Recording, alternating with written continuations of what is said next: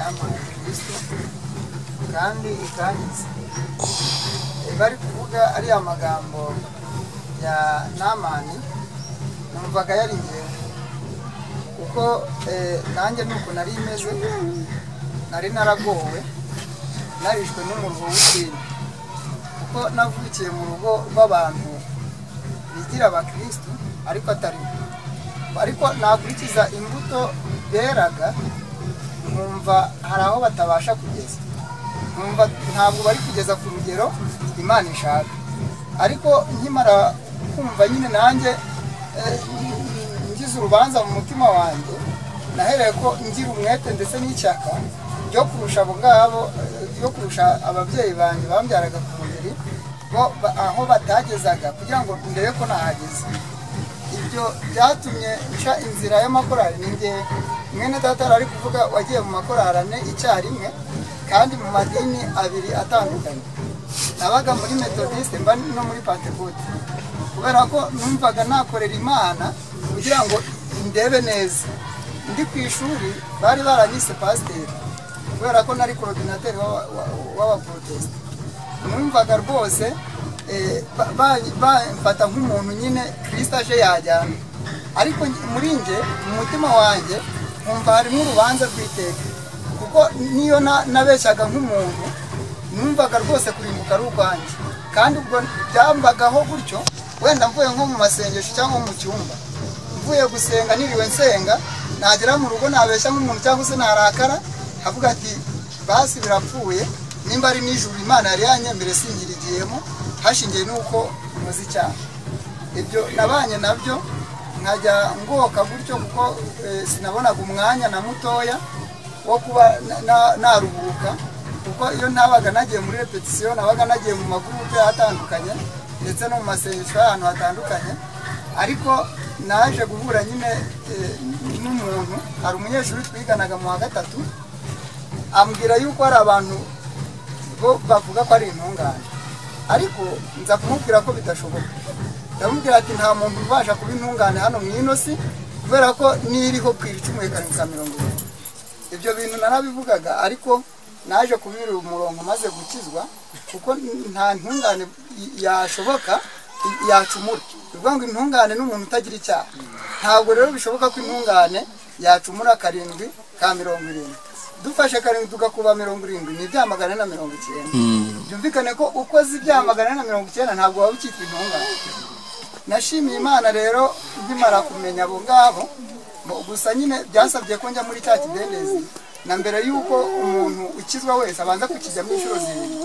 iya 7 itarageraho ntabwo ubasha gukiza nagomeje kumva nkunze ijambo ry'Imana ariko nkimara kubyumva numvishe koko ibyo bintu ari byiza kandi numva yuko nta n'umuntu utabyemera kuko njye nkimara gukizwa narenganije bene data narababwiye ati kuki mutabibwiye abantu bose ko numva ibi bintu ari byiza kuki abantu bose batari barabimenye kubera ko njye n'ubwa mbere nari mbyumvise kandi nabaga mu Ikamembe nabariho baba ariko nkibaza impamvu abantu benshi batabizi kandi ibyo bintu bivuga ariko nza gusanga nyine abagomba kumenya arabo Imana yabitoranirije nkimara rero kubyumva ariko ntaranakizwa nahereye ko ngira ishyaka n'umwete ryo kumva ko abantu tubana hari abo nayoboraga kuko nari coordinateur mfite abaperezida w'amakorari ndetse n'abungirije bose bayobora nyine muri korari ndetse no mu kigo ndavuga ati aba bantu ibi bintu namenye baramutse babimenye nabo bagakizwa twabasha gukora umurimo w'Imana kuko numvaga nyine ari umurimo w'Imana turi gukora ndavuga ati rero ntabwo nakomeza kubyumva njyenyine ahubwo reka mbararike nabakoresheje inama ndavuga ati hari abantu namenye bavuga ibintu by'Imana kandi bakabivuga neza ku buryo turamutse tubyumvise nabasha kumenya rwo twabasha kumenya twese asigaye tugakizwa tukabwira abanyeshuri ubutumwa bwiza bagakizwa bose numvaga nyine ukuntu ari byiza nta muntu utahera kubyemera nyamara twaragiye tukimara kugeraho nyine twari twateranirwa ku Joy ariko tukimara kugeraho niyo komite yanjye batubwiye ukuntu umuntu avuka ubwa kabiri twabajije n'ibibazo byinshi cyane baranabajije babaza bandika impapuro ziruzuye ariko mu by'ukuri kugeza na n'uyu mwanya nta numwe uretse ngewe Imana yahishuriye muri iryo joro muri abo bose nta numwe uratura yuko yakijije. Ariko nkurikije ukuntu nge byari numvaga nyine biri kuza, numvaga rwose nta muntu utari wo kubyemera. Ariko hashingiye yuko nyine ab'Imana bitoranyije rero bagomba kubyakira, nabishimiye Imana kuko nanjye niroshye muri icyo kidendezi inshuro ya 7 igezweho ndakira. Numva rwose ndakize, numva mu mutima hareyutse kuko namenye ukuntu umuntu avuka ubwa kabiri akabaho gutandukanye nuko yari ari, kuko uko twari turiho twavutse turi babi. Ni ikintu umuntu atabasha kugorora, ni ikintu umuntu atabasha gukosora. Ni ukuvuga ngo Imana yahoze ibinyigishiriza kuri virusi itera sida. Virusi itera sida yo yanduriye mu maraso, ntabwo yanduriye mu maraso yo mu mutwe ngo amaraso yo ku kuguru asigare. Ni ukuvuga ngo ajya mu maraso yose ku buryo nta maraso na makeya asigara atarimo virusi itera sida. Noneho ariko iyo umuntu amaze kwandura icyo cyaha cy'inkomoko, amaze kwandura icyaha akuye kuri iryo vuko, ni ukuvuga ngo nta kintu na kimwe aba yabasha gukora kugira ngo akire icyo cyaha. Ubwo ni ukuvuga ngo umuti wo gukira icyo cyaha ni ugupfa. Umuntu atarapfa ntabwo abasha kumva yuko yabaye muzima. Kandi iyo umuntu yapfuye nta kindi uretse nyine ko wenda habaho ubundi buryo haboneka undi muntu, ariko uwapfuye nyine aba yapfuye. Na niyo mpamvu rero twamenye yuko twapfiriye muri Adamu, ariko Imana ibishurira yuko kuko nahoze bibwira yuko ibyo nakiriye cyangwa se namenye ntabwo ari amagambo y'abantu, kuko yaba amagambo y'abantu uko nabyumvise n'abandi twari kumwe twari abantu 10 tuba twarabyumvishe kimwe. Ariko bitewe nuko ari ihishurirwa ry'Imana, ihishura Imana ishyira mu muntu, Imana yabashije kubihereza uwo nyine yabiteguriye. Wenda nabo nimbara bibateguriye isaha n'isaha Imana izagomeza kubibaho. Nuko maze kumenya rero iryo vuko rya mbere yuko ryambaye kandi ko Imana itarikeneye, nza kumenya ko ari vuko rya kabiri umuntu avuka akitwa intungane we atabigizemo uruhare. Ariko ikibazo nari mfite nuko kuntu ayo mavuko yombi yabayeho. Ariko maze kumenya yuko irya mbere ryari ryo kutwicisha, irya kabiri akaba ryo kudukura mu rupfu, mpera ko numva nyine nanjye hashingiye yuko Kristo yaje mu isi aje gukiza wa munyabyaha wari warishwe n'ivuko rya mbere, ariko noneho agakizwa n'irindi rya kabiri kandi agakizwa kubw'ijambo. Bavuze ikidendezi cy'amazi, ariko njye nahoze numva ijambo kuko ni ijambo ry'agakiza n'Imana yumvise, ahasigaye arakizwa. Amaze gukizwa rero avuka irindi vuko ritari ryarindi, kumvisha yuko ngo umubiri wiwe wahindutse nk'uruhinja. Byumvikane ko yaravukanye undi mubiri utari wa wundi wambaye warwaye ibibembe. Ni ukuvuga ngo wa mubiri warwaye ibibembe wasigaye mu mazi, wasigaye mu mva. Ni ukuvuga ngo ahasigaye avukana undi mubiri w'uruhinja kubera ko aravutse ubwa kabiri. Nabishimira Imana, nahoze byumva neza yuko iyo umuntu amaze kuvuka ubwa kabiri aba atakiri wa wundi, aba bacyaremwe gishya muri Kristo Yesu. Kandi ngo ibya kera byose muba bihinduye. Ni ukuvuga ngo biba bishize byose nta na kimwe, ngo nta n'ukuntu waba ukimubarira mu masekuruza ya kera, ngo ahubwo abavutse ku Mana. Nashimiye Imana rero iryo vuko, nkimara kuvuka ubwa kabiri nahereye ko menya yuko mbaye umwana w'Imana bidasubirwaho. Nkuko nta kintu umubyeyi wanjye yakora ngo yihakane yuko ari we wambyaye, niko namenye yuko nta kintu Imana yakora cyangwa se undi muntu ngo ihakane yuko nabyayeho nayo. Byumvikane ko nimba narabyawe n'Imana tugomba kubana nayo iteka ryose. Na niyo mpamvu rero abo yabyaye ngo nta numwe uzarimbuka. Kubera iki? Kubera ko nyine bari mu maraso ye, ni ubuzima bwe. Ni ukuvuga ngo ni urutare bacukuwemo ni Kristo. Uwo Kristo rero nimba atarimbuka nabo ntabwo babasha kurimbuka. Nabishimiye Imana cyane yamenyesheje ako gaciro, ariko nza kunezezwa n'ukuntu n'ubundi nari naratagangaye narabuze uko ngira, ariko nkaruhuka noneho ibyo ngibyo bitamvunye nk'uko ibyo naruhiraga nibwira ko aribyo byampesha ubugingo byari byaramvunaguye. Nari narabaye igisenzegeri ku buryo n'ibiryo ntabiryaga, nabashaga kumara iminsi 3 ntarya ntananywa, ariko ndi gushaka iki ngo nanjye nzabana n'Imana kandi ngire gukiranuka Imana ishimwe. Kuko numvaga nyine ntagize ukuruta uko ababyeyi banjye bari bafite, mu gihe bo nabonaga ari abo mu idini imbere ariko imbuto zabo zikabihakana. Nahoze numva nyine, najyaga numva uko byasa kose ari cyo nakora kugira ngo barushe. Ariko Imana yangiriye neza inguranira, kuko inzira nacagamo kugira ngo umuntu uko kuntu ntabwo yariyo. N'ubundi nagomezaga kuba mubi, kuko n'ubundi nanjye nisangaga ameze nkawe. Nimba narakoraga kimwe kikanyereka yuko ndi umunyabyaha, ubwo nukuvuga ngo naganaga n'ubundi n'uwabyicaga byose. Kuko ijambo ry'Imana avuga ngo uwishe itegeko rimwe yose aba yishe. Na niyo mpamvu rero nta Satani hari ukuntu atera umuntu ikinya akamubwira ati kuba udasambana, kuba utica, kuba utarwana, ati buri Imana ibindi zabyirengagiza. Ariko Imana yarahakanye, yavuze yuko umuntu wese wavutse kuri Adamu ari we ndetse n'imbuto yera byose bazajyana nabyo mu muriro.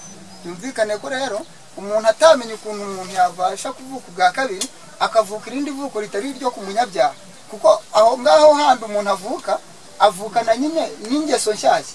Ubwo ngo ni ukubicyare mu igishya n'umuntu mushyashya. None ni ukuvuga ngo bya bindi ubita nyine kwa Adamu. Ijambo ry'Imana rivuga ngo ibya kera byose babivuyeho ukomeje ibya kabiri. Ni ukuvuga ngo ni ukuva mu buzima bwa mbere ukajya mu bwa kabiri.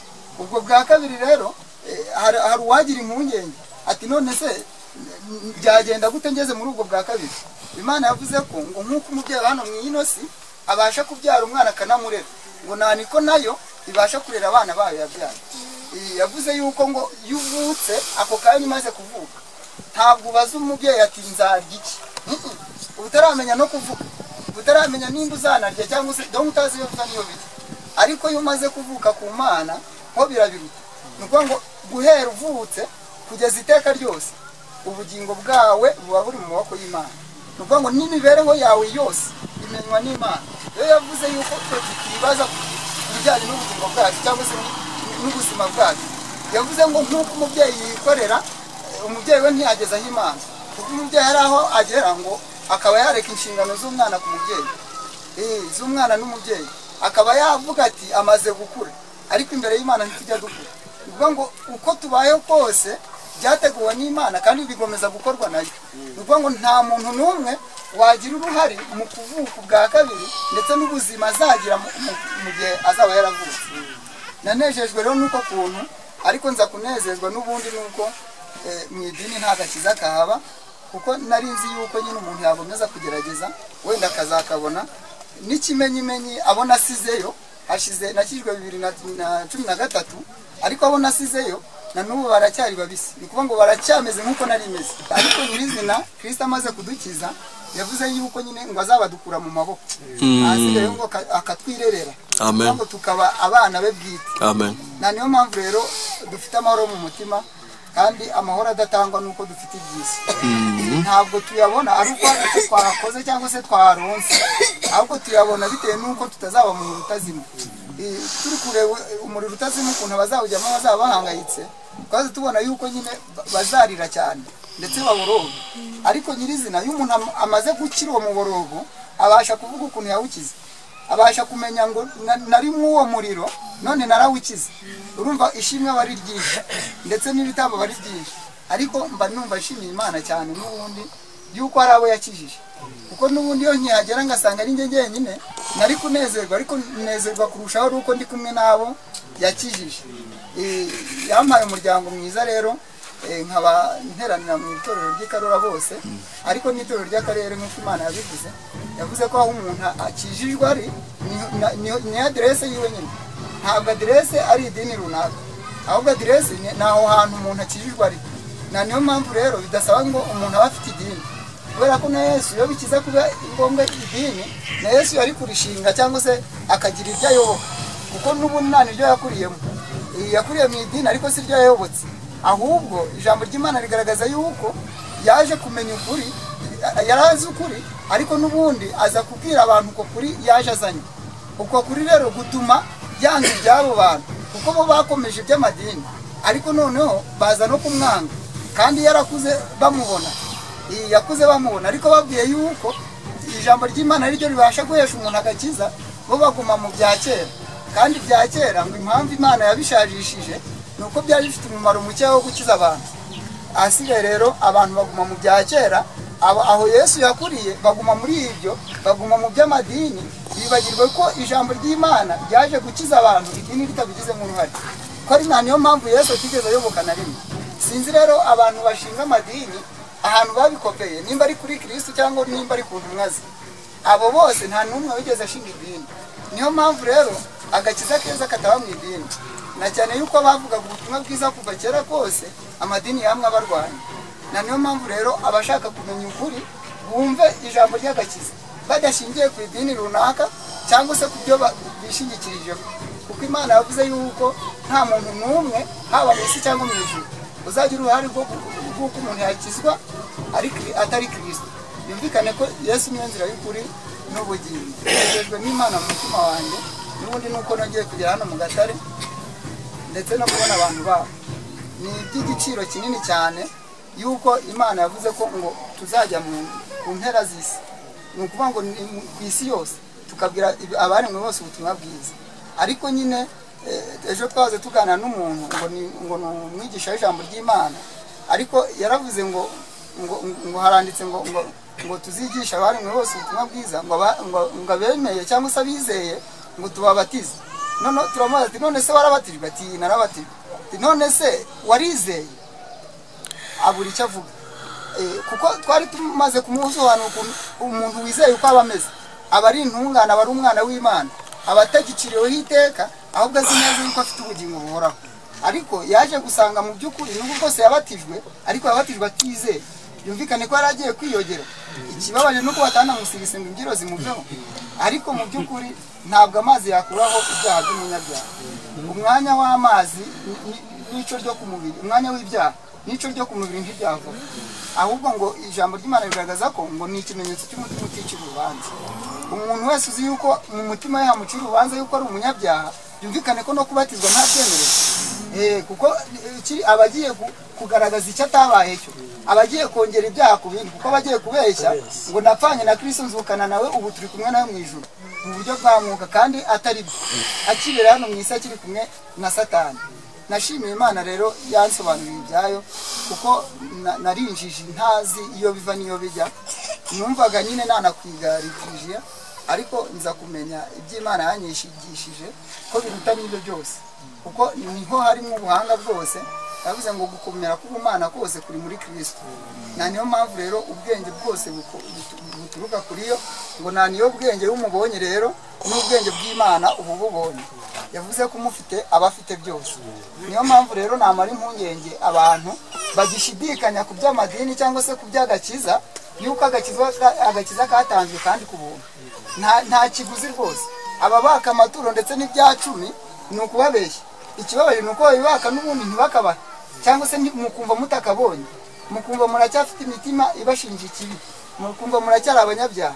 Ariko iyo umuntu amaze gukizwa, noneho akizwa ku buntu, kandi n'ubundi akagomeza gukizwa n'ubundi n'ubuntu. Na niyo mpamvu rero mbishimira Imana yuko yankijije ndetse igakiza n'abera bose, kandi ikabakiza ku buntu nta kintu batse. Na niyo mpamvu nabo yababujije kugira icyo baka. Nihagira ubona hari umwatsi ikintu wenda kubwuko yamubwirije ubutumwa bwiza, ugazaba atari uwera, yazaba atari umukiranutsi, hashingiye nuko umukiranutsi yamenye icyo ubuntu bwakoze. Ngo ni ubuntu bw'Imana buhesha uwizeye wese gukira. Na niyo mpamvu rero ubwo buntu nibwo tugomeza kubwira abantu, ubwumva nyine nawe akabubona, akabona icyavuye muri ubwo buntu, naho ukora we ngo ibihembo byiwe abyita inyishyu. Kandi Imana ntabwo yishyuza, kuko niyihereza bose ibyo batunze ndetse n'ibyo bafite. Niyo mpamvu nta kintu yigeze igira, nta muntu yigeze igira icyo yaka na kimwe. Imana rero ibishimire.